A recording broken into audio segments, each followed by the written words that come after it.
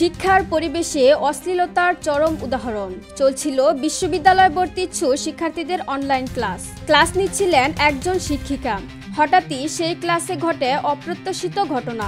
একজন শিক্ষক live class চলাকালে শিক্ষিকাকে চুম্বন করতে শুরু করেন, আর এই দৃশ্য সরাসরি সম্প্রচারিত হয় ইউটিউবে। ভিডিওটি ছিল অন্বেষণ কোচিং সেন্টারের ইউটিউব লাইভ থেকে।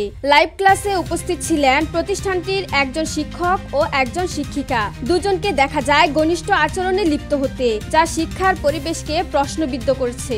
এই ভিডিও সোশ্যাল মিডিয়ায় ছড়িয়ে পড়তেই নেটিজেনদের মধ্যে তীব্র প্রতিক্রিয়া সৃষ্টি হয়। ঘটনার জেরে এক অভিভাবক আশরাফ বিজয় ৯ জুলাই রাজধানীর ভাটারা থানায় লিখিত অভিযোগ করেন।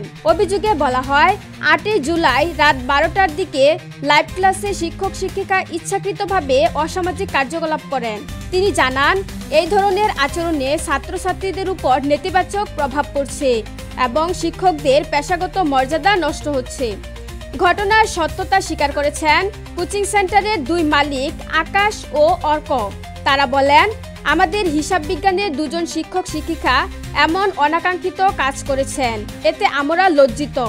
তারা যে এমন আচরণ করবেন তা আমরা কল্পনাও করিনি। ভাটারা থানার ওসি মোহাম্মদ মাজাহারুল ইসলাম জানান, তদন্ত চলছে। অপরাধ প্রমাণিত হলে দোষীদের বিরুদ্ধে আইনগত ব্যবস্থা নেওয়া হবে। শিক্ষার মতো পবিত্র অঙ্গনে এমন ঘটনা শিক্ষার্থীদের মনোজগতে বিরূপ প্রভাব ফেলছে।